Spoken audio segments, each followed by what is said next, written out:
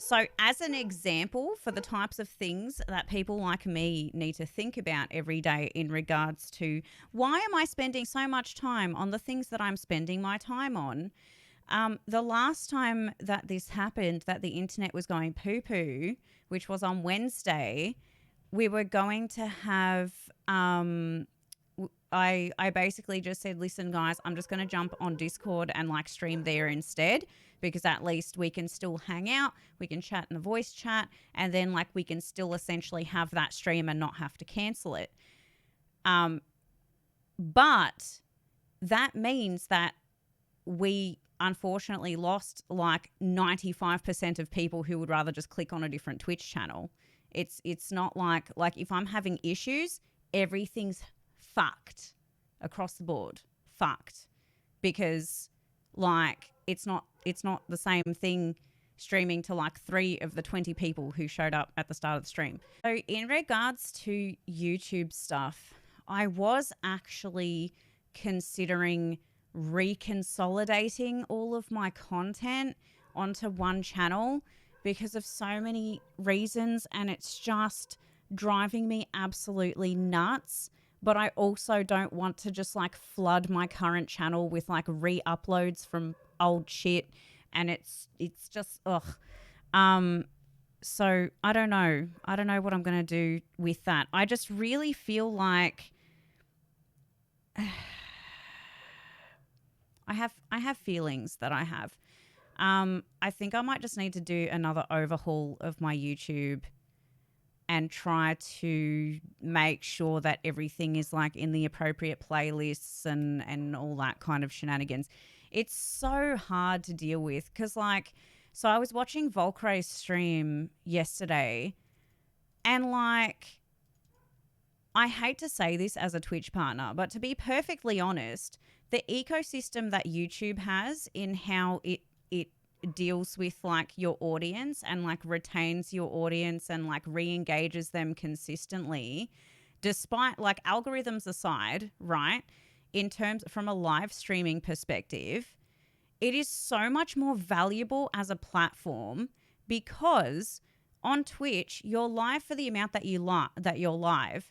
If you have any, God forbid, you have any technical issues or whatever, or you're only on for a certain amount of time, the second that you're offline, that's it. Your channel is dead in the water. You're not doing anything. It's like, why are you even there, right? Whereas when I was watching Volcray's stream, she was streaming, everything was good.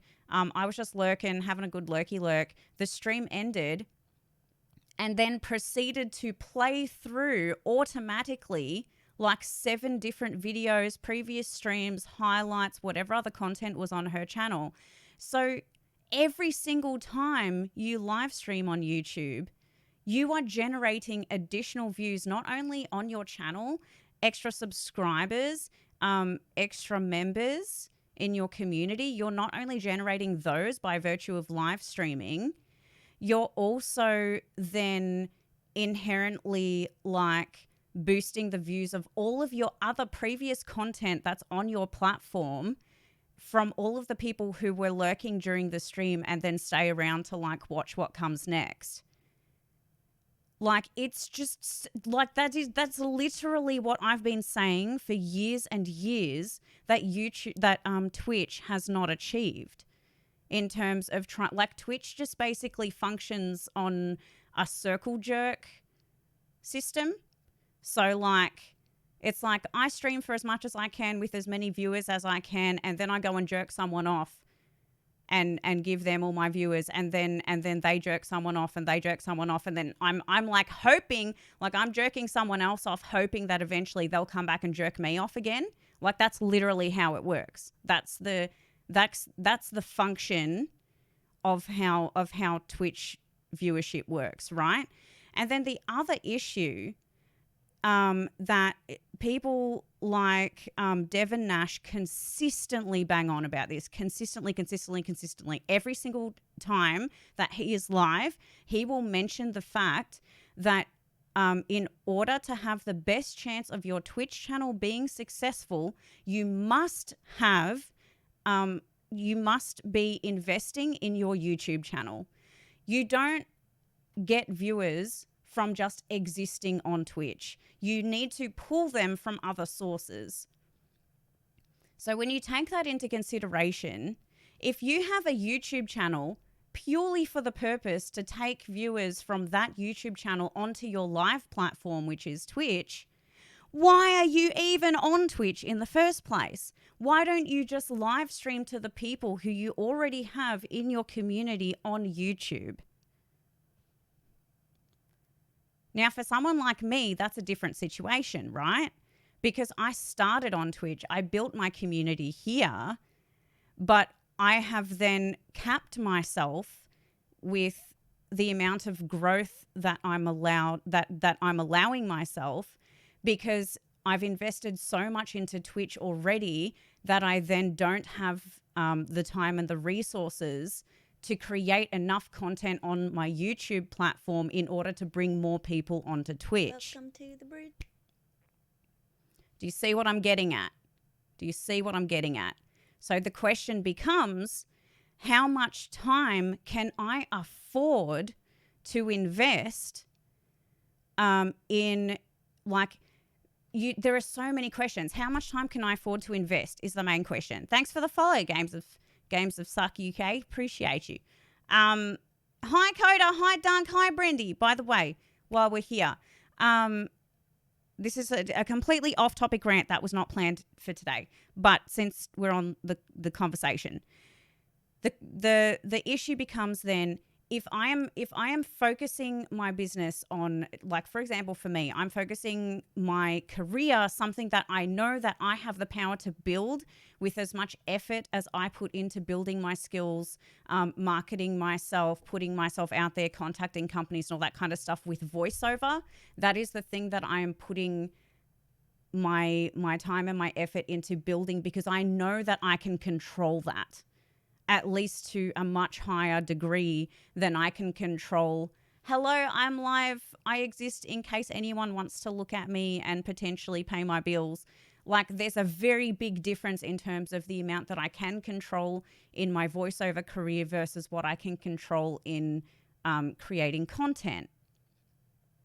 Now, if I decide that I need to prioritize my voiceover stuff, which is what I have been doing, but I don't want to just leave Twitch. Like, Twitch makes me so fucking happy, dude.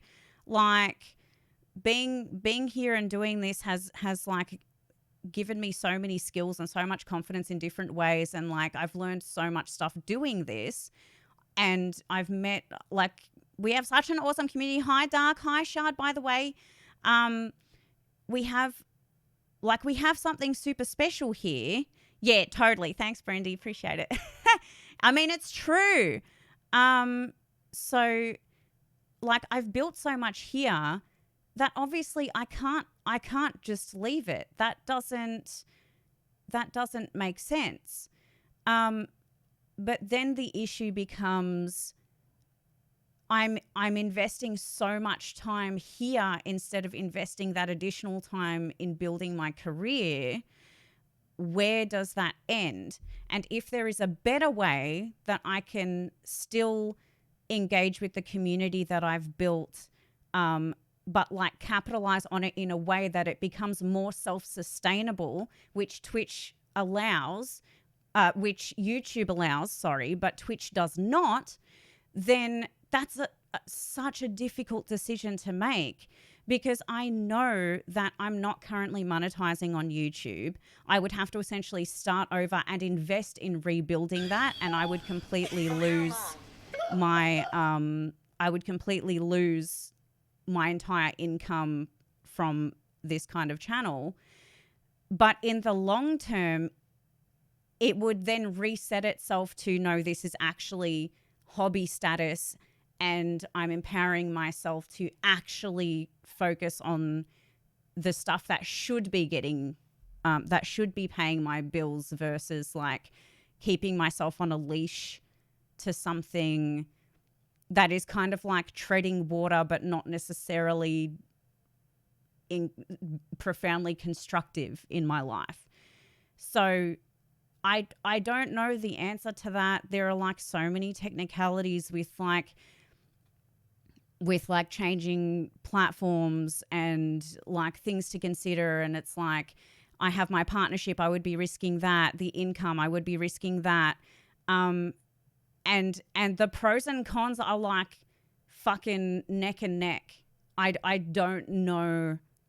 I don't know what to do with that.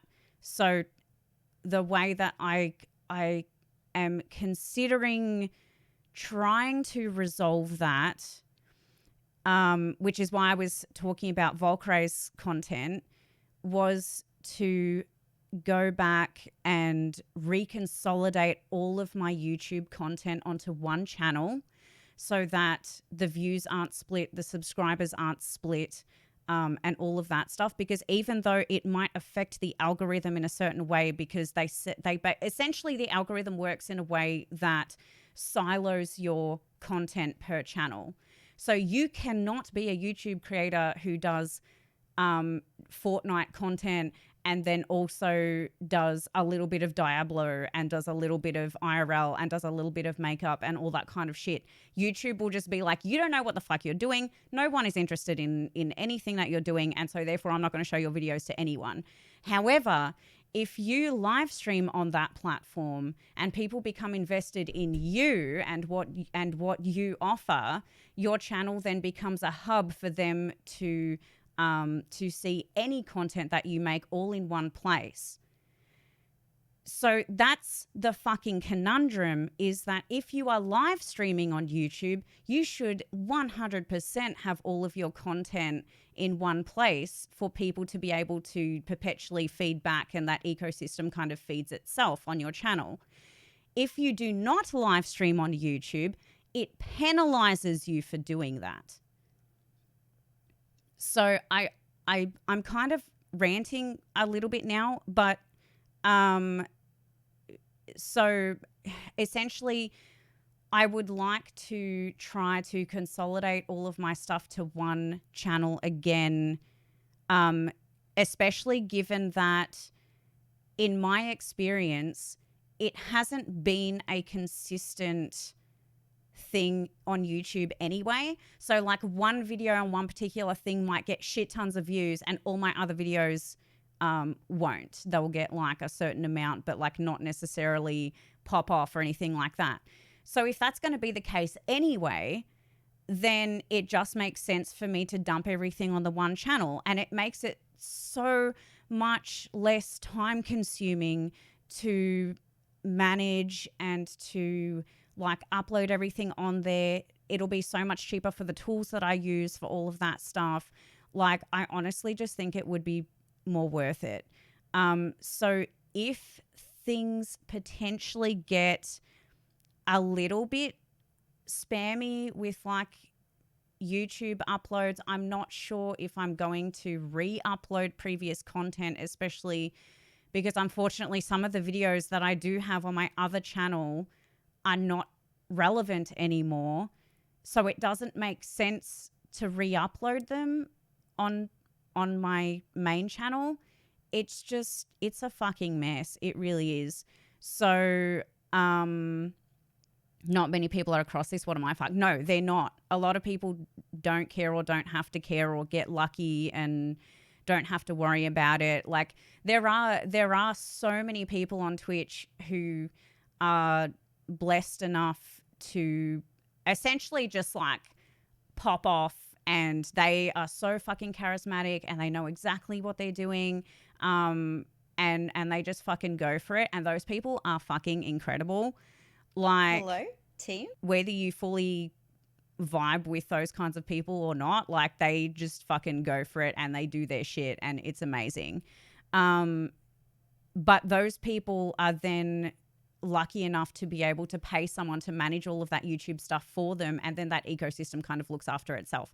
I'm not in that position, so I need to make the hard decisions on like, yes, do some of my videos take a hit in viewership because of the algorithm doing something funky, or do I just fucking grind it out, never get any sleep, never fucking like never be able to be fully efficient in anything I do for whatever reason for God knows how fucking long. And this stuff changes all the time. Sean Reed! Thank you so much for the $50. Hopefully Daddy Bezos doesn't get his hands on any of this. No, he won't. He won't. Thank you so much. That's super generous of you. But I'm essentially thinking about all these things. That's why I was a bit late today as well, because I was discussing this with my mum over breakfast, because that's what this family does. So hi, Rocker. So that's kind of a lot of what perpetuates in my brainy brain while I'm kind of digesting changes to platforms and seeing what's out there and what people are doing and what's going on. There's a lot of like little specificities in there as to like, you know, I think I'm one of the people who's in one of the hardest positions, because there were so many times when it's like a risk thing, right? Like 4 years ago when YouTube gaming first launched, I did a couple of streams on YouTube gaming and got more views than I ever had for like 4 years on Twitch. And why I didn't just fucking go for it and go with it, I wish I had that foresight, because I think if I had stuck with it, I would have been in a very different position. But it's one of those things that you just kind of have to worry about what's happening now and what you can change now. Because if I dwell too much on like, oh, what if I had just done that thing, like the amount of regret and bitterness you can start building towards yourself in that kind of situation is just not healthy. So knowing that I had kind of seen that and how far the platform has come until now, like, so the aborted stream a couple nights ago made me wait. Oh, thanks so much. This is super generous of you. I appreciate it. And thanks for coming onto the Discord, by the way, because I was discussing that earlier as well about how, so like that's part of the point that I was trying to make as well, was that, hi Spark, eating fast with ham. Oh yes, enjoy. That's part of what my point was with the whole Twitch, like trying to grow your Twitch viewership. And oh, hi Lancer, by the way, I do see you. Hello. I'm so sorry. I thought maybe I had said hi and then I saw you and then maybe I didn't say it. Part of why I was mentioning the Discord thing too was that type of, hi Horty, how are you? That type of viewer drop off is what you would experience from trying to, like, say you spend 70% of your energy trying to build up your YouTube channel only for the purposes of bringing people from YouTube to Twitch, but only 3 of the 20 people on YouTube actually come to Twitch.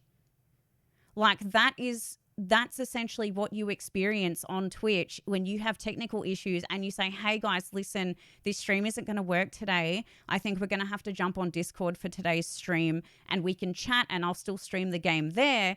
But it just won't be on Twitch. It will be on Discord, which is where we're always chatting and stuff anyway. But when you have that amount of drop off, even between Twitch and Discord, which you already have an established relationship between, then it's just scary to think about the amount of effort. Oh yeah, tweet it, girl. It's scary to think about the amount of effort that is then required when you spend at least 16 hours a week live streaming on Twitch, additional time preparing for your live streams on Twitch, and then also need to spend 70% extra effort, which is what, like 250% more hours than you spend actually streaming, building your YouTube channel, to be able to feed that back into Twitch. That then becomes a problem. That becomes a massive, massive problem. And you're crippling yourself by pigeonholing yourself into that kind of workflow and into that system that Twitch, I'm sorry, does not fucking work. It doesn't.